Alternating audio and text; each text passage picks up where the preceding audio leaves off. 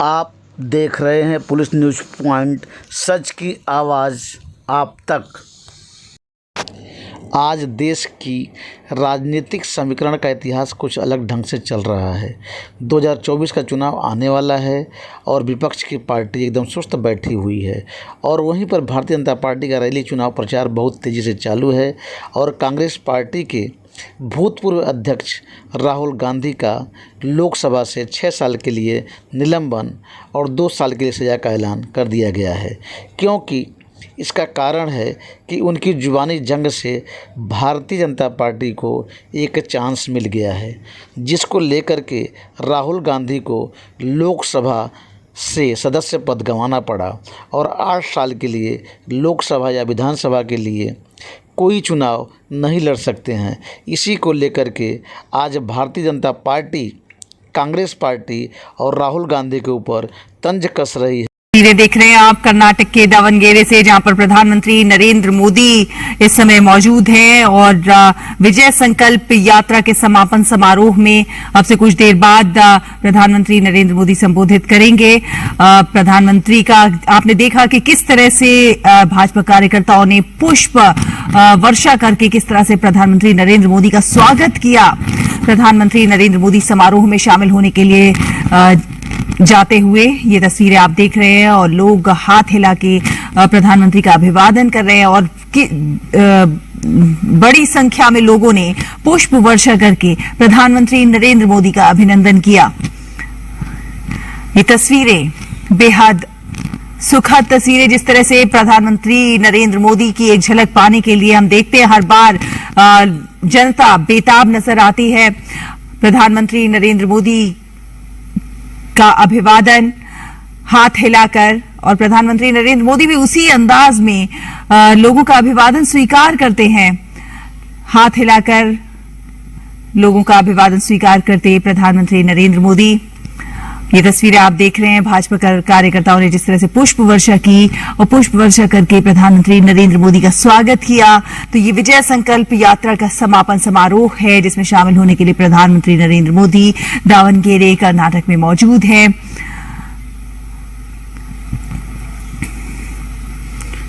विजय संकल्प यात्रा, प्रधानमंत्री नरेंद्र मोदी का इस समारोह में भव्य स्वागत।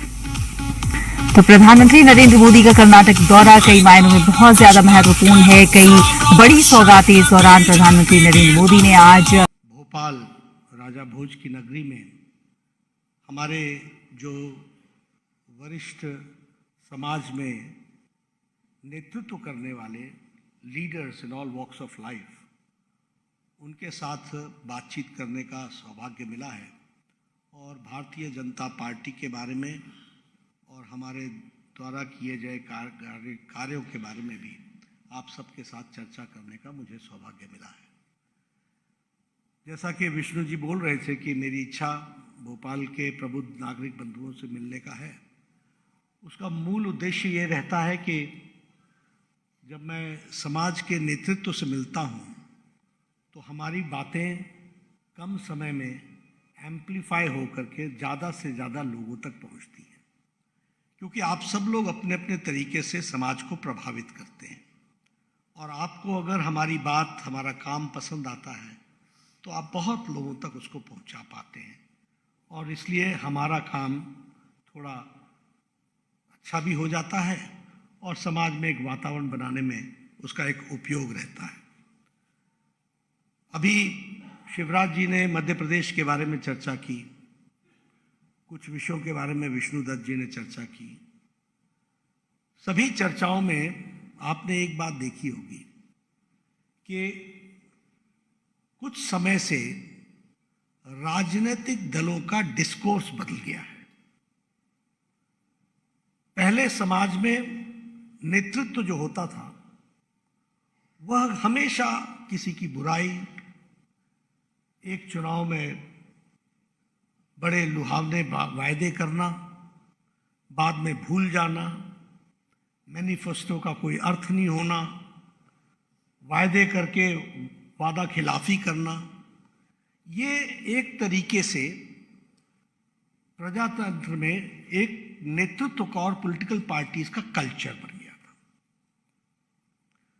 आज हम ये कह सकते हैं कि प्रधानमंत्री मोदी जी के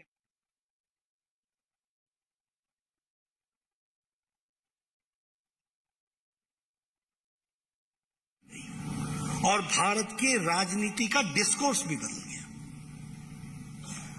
हमारे जितने लोग आए उन्होंने, अब शिवराज जी ने आपके साथ मध्य प्रदेश में मैंने महिलाओं के लिए ये किया, मैंने किसानों के लिए ये किया, मैंने किसानों के लिए वो किया,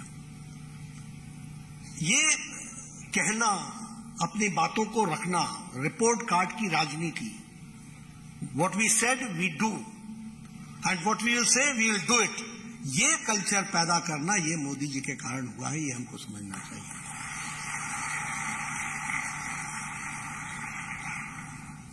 आप देखिए, डायनेस्टिक रूल, परिवारवाद, भाई भतीजावाद, नेपोटिज्म, अपने परिवारों को बढ़ाना, अपने घरों को भरना, this was the culture of politics. इसी को पॉलिटिक्स बोलते थे। अपनी जाति की बात करना, दूसरों को साथ लड़ाने का काम करना, धर्म को धर्म से लड़ाओ, जाति को जाति से लड़ाओ, इलाके को इलाके से लड़ाओ। आज प्रधानमंत्री मोदी जी ने विकासवाद को आगे बढ़ाया, परिवारवाद, डायनेस्टिक रूल से निकल करके हम विकासवाद की ओर बढ़े। और विकासवाद में भी मंत्र क्या रखा? सबका साथ, सबका विकास, सबका विश्वास, सबका प्रयास, टोटल इंक्लूसिव, सबको साथ लेकर के चलना, सबको एक दिशा में एक साथ पिरोने का काम करना। तो ये कल्चर, डेवलपमेंट का कल्चर, भारत को आगे बढ़ाने का कल्चर, और हर कुछ सोचे समझे तरीके से करना, उसका आज नतीजा है कि दुनिया भी भारत को का लोहा भी मानती है और भारत को सुनती भी है। अब देखिए, एक एक चीज की बात करें, हर चीज में संदेश था। जिस दिन 2014 को प्रधानमंत्री मोदी जी ने शपथ ग्रहण किया, उस दिन ये पहली बार ही कैसे हुआ कि सार्क देशों को शपथ ग्रहण में बुलाया गया और सार्क देश के सभी देश आए उसमें। क्यों? इसलिए कि हम जब शपथ लेते हैं तो हम सबको साथ लेकर के चलने की बात करते हैं, तो सिर्फ देश को ही नहीं करते, अन्य देशों के साथ भी हम सपोर्ट सिस्टम को आगे बढ़ाने का प्रयास करते हैं। आपने देखा होगा कि सबसे पहले प्रधानमंत्री जी की विदेश यात्रा नेबरहुड से शुरू हुई, पड़ोस से शुरू हुई। और अब मुझे याद नहीं है, लेकिन नेपाल शायद 27 साल, भूटान, लेकिन नेपाल शायद 27 साल बाद कोई भारत का प्रधानमंत्री गया। 17 इयर्स के बाद श्रीलंका कोई गया, और शुरुआत उन्होंने भूटान से की। अब ये आपके ध्यान में आएगा कि neighbours first, look east policy ही नहीं, एक्ट ईस्ट पॉलिसी भी होनी चाहिए। उसके तरफ हमको अपने एज ए स्पोक्समैन हमको देखना चाहिए और हमको उनकी आवाज को बुलंद करना चाहिए। डेवलप्ड नेशंस की आवाज को ताकत देनी चाहिए, डेवलपिंग नेशंस की ताकत को आवाज देनी चाहिए। और इतना ही नहीं, ट्रेडिशनल रिलेशनशिप भी मेंटेन किया। रशिया के साथ हमने अपने रिश्ते सुधारे, अच्छे किए, मजबूत किए, लेकिन नए डायनेमिक्स को भी ध्यान में रखते हुए अमेरिका, ऑस्ट्रेलिया, जापान, नए साथियों को भी साथ जोड़ करके स्ट्रेटेजिक दृष्टि से आगे बढ़ाने का काम किया। और अगर मैं विदेश नीति की बात करूं तो विदेश नीति को जो लोग समझते होंगे, सबसे बड़ा काम हुआ कि पाकिस्तान के साथ भारत का हाइफन हट गया। हाइफन मतलब जब भी दुनिया की भाषा होती थी India and Pakistan, India and Pakistan, India and Pakistan, now it is D-hyphenated. No, when people talk about India, they don't talk about Pakistan because they are now two different levels. We are at two different levels. नहीं तो हमारे, अब ये भाषा थी India and Pakistan, India and Pakistan, आज कोई नहीं बोलता India, India is India, and nobody associates anything with Pakistan as far as India is concerned. ये अगर आप राजनीति, आज वो अलग थलग पड़ गए। प्रधानमंत्री जी ने 60 इंटरनेशनल टूर्स किए, 100 नेशंस में वो गए, 1-to-1 रिश्ता बनाया, 1-to-1। It's not that the Prime Minister Modi ji is coming. It is Prime Minister Modi, Narendra Modi coming. It's a one-to-one relationship. दुनिया में और 100 देशों के साथ संबंध बनाना. अगर वो इजराइल गए तो पैलेस्टाइन भी गए. भारत ने बता दिया कि हमारे रिश्ते अगर इजराइल के साथ है, पहली बार पर प्राइम मिनिस्टर इजराइल गए, तो हम पैलेस्टाइन को भी अपने दृष्टि से ही देखते हैं. और आपने को ने देखा होगा जो बाइडेन ने कोरोना के समय में जो वक्तव्य दिया, how Modi has tried to make democracy stronger, how things are looking after. Putin साहब बोलते हैं कि he is a quick decision maker. Shinzo Abe ने भूरी भूरी तारीफ की. कैमरून ने कहा कि time is not far when a person from Indian origin will rule this country, जिसने हमको 200 साल राज किया.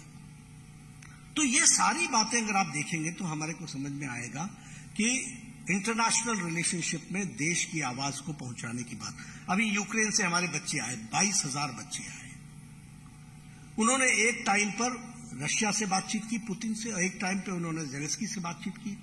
युद्ध को पार्शियल सीज फायर कराया और भारत के बच्चे तिरंगे लेकर के वापस घर को आए और सकुशल पहुंचे.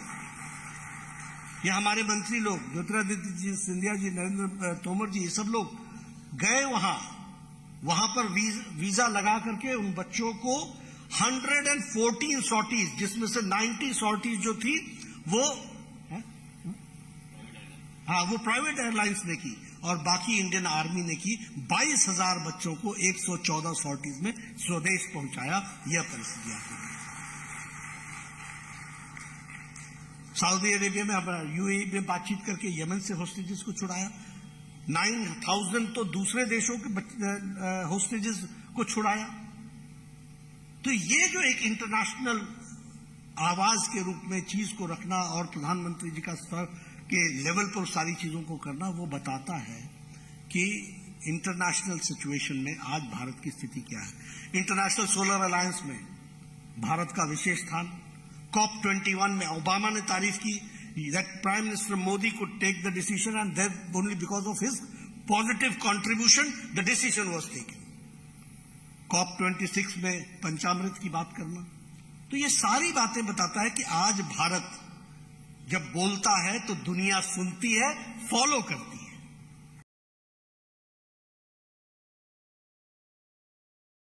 सभा में भारतीय जनता पार्टी के हमारे लीडर श्री पीयूष गोयल जी आप लोगों को संबोधित करेंगे.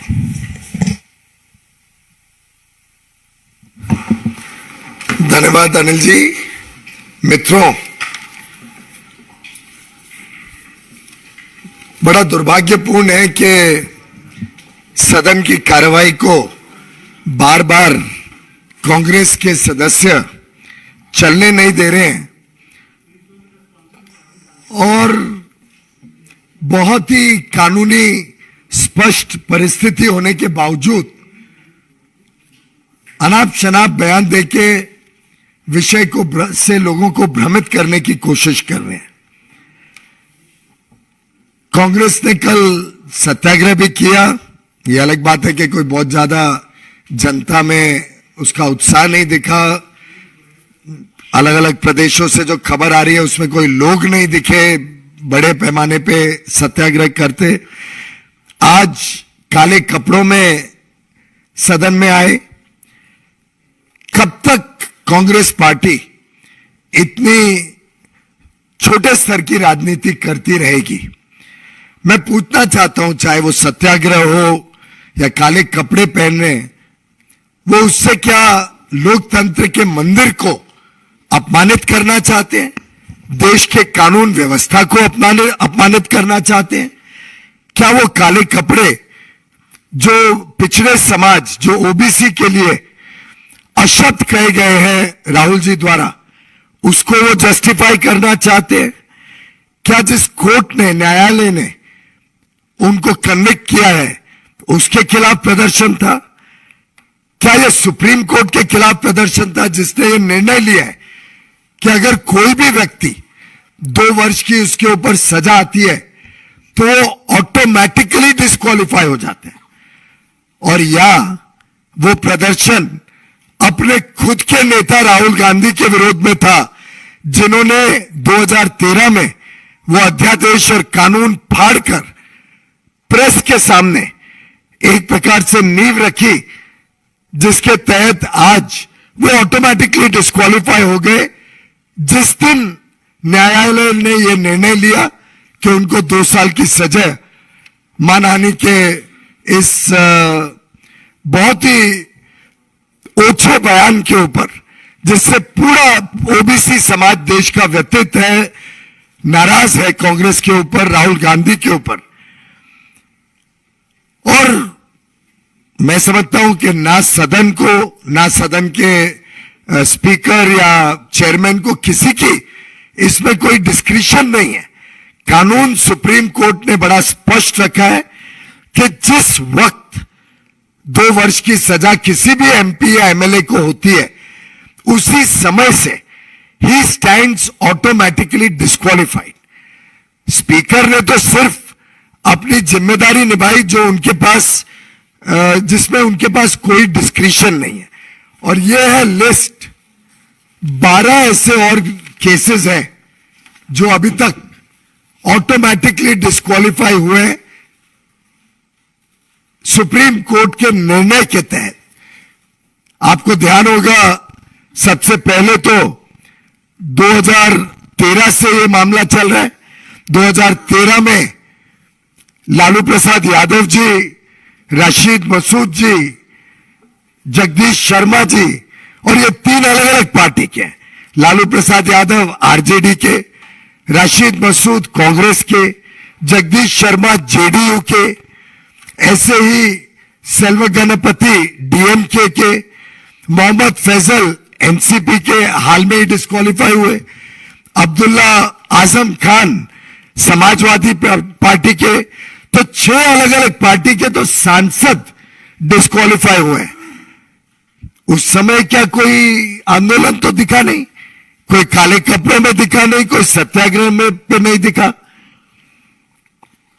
यह स्पष्ट दिखाता है जो प्रमोद तिवारी जी ने बयान दिया हाल में ही, जिसमें उनके शब्द थे, राहुल गांधी के परिवार के लिए कानून अलग होना चाहिए।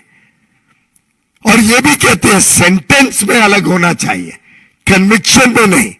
यानी एक प्रकार से वो इस बात को स्वीकार कर रहे हैं कि उन्होंने गुनाह तो किया है, अपराध तो किया है, क्योंकि उन्होंने कहा कन्विक्शन तो करते हुए तो देखा जाता है, अपराध क्या था उस पर उनका कोई आलोचना नहीं है। वो एक्नॉलेज करते हैं कि अपराध किया और कहते हैं सेंटेंस पे अलग कानून होना चाहिए। ये हमारे किसी को समझ नहीं आ रहा है कि एक परिवार के लिए इस देश में कैसे अलग कानून मांगते हैं। मैं समझता हूं इससे बड़ा घोर अपमान भारत के कानून का और कानून व्यवस्था का नहीं हो सकता है। ये फिर एक बार एक डायनेस्टिक पॉलिटिक्स, परिवारवाद की जो उनकी राजनीति है, उसका परिचय कांग्रेस दे रही है। इतने सारे केसेस के बाद, क्योंकि राहुल गांधी जी ने, और उनको तो माफी मांगने की जरूरत थी। कल एक उनके कांग्रेस के नेता ने बयान दिया है कि उनके खुद के नेता बार बार कहते गए, राहुल जी आप माफी मांग लो, विषय समाप्त करो। लेकिन उनकी एरोगेंस थी, उनका घमंड था कि वो माफी मांगने से उन्होंने इनकार कर दिया और आज लोकतंत्र के ऊपर सवाल उठाने की बात कर रहे हैं। मैं समझता हूं कि लोकतंत्र में स्पीकर के पास जिस प्रकार से मिसबिहेवियर हो रहा है हाउस में, चेयरमैन के पास जिस प्रकार से भद्दा व्यवहार राज्यसभा के कांग्रेस और अन्य विपक्षी दल के सदस्य कर रहे हैं, एडजर्न करने के अलावा कोई पर्याय ही नहीं है। ऐसे में एक तरफ खुद एडजर्न कराते हैं, व्यवहार देखिए, आज कागज फाड़ के पहली बार लोकसभा में इतने वर्षों में कागज फाड़ के उन्होंने आसन पर फेंके हैं। ऐसी परिस्थिति में मैं समझता हूं कि स्पीकर बार बार कहते रहे कि मैं चलाना चाहता हूं हाउस, सबको मौका मिलेगा, लेकिन कांग्रेस की मंशा ओबीसी समाज का अपमान करने की है, ये बहुत स्पष्ट रूप से देखने को मिलता है। माफी भी नहीं मांगूंगा क्योंकि इनकी मानसिकता ही ओबीसी समाज के विरुद्ध रही है, पहले भी थी और आज भी उसका परिचय देश के सामने बार बार देखने को मिलता है। ये नरेंद्र मोदी जी की सरकार है, ये कभी कानून के साथ कॉम्प्रोमाइज नहीं होने देगी, कानून को सर्वप्रिय मानती है और भारत का जो संविधान है वो सबके लिए समान है। भारत के हर नागरिक को संविधान और कानून के तहत अपना काम करना है। और मैं ये भी समझना चाहता हूं कि आखिर ये 4 साल तक केस चला, इतनी सारी हियरिंग्स हुई, फाइनल हियरिंग तक में उनके 6 बड़े बड़े नेता हैं। अभिषेक मनु सिंघवी जी बड़े वरिष्ठ लॉयर हैं, चिदम्बरम जी बड़े वरिष्ठ लॉयर हैं, कपिल सिब्बल जी बड़े वरिष्ठ लॉयर हैं, केटीएस तुलसी जी बड़े वरिष्ठ लॉयर हैं, विवेक तनखा जी हैं, मनीष तिवारी है। 6 तो ध्यान में आते हैं तुरंत, जो बड़े विख्यात कानून के उनके मान्य सदस्य। इसमें से एक भी सदस्य कोई भी हियरिंग में, ना आखिरी हियरिंग में गया, और जब कन्विक्शन हो गया उसके बाद भी आर्ग्यूमेंट्स चले, उनके वकील ने भी आर्ग्यूमेंट किए, जो पेटिशनर था उसके वकील ने भी आर्ग्यूमेंट किए। एक भी बड़ा कानूनी उनका सांसद या बड़ा उनका नेता ना हाजिर होना, यह भी एक सवाल उठाता है कि क्या ये कांग्रेस की अंदरूनी कोई लड़ाई है? क्या कांग्रेस के नेता स्वयं राहुल गांधी जी को तकलीफ में डालना चाहते थे? ये किसके एडवाइस पे पूरी कानूनी प्रक्रिया उन्होंने चलाई, ये वास्तव में एक सवाल खड़ा करते हैं। और मैं समझता हूं राहुल गांधी जी को कोई अधिकार नहीं है कि वो देश के कानून से अपने आप को बड़ा समझे, इस घमंड के साथ पूरे ओबीसी समाज की अपमान करे और बार बार सदन के पीठ के ऊपर जो पीठासन अधिकारी हैं, जो स्पीकर चेयरमैन का अपमान और उनकी अवमानना करने की जो कोशिश की जा रही है उनके अलग अलग नेताओं द्वारा, उसका भारतीय जनता पार्टी घोर निंदा करता है। बहुत बहुत धन्यवाद।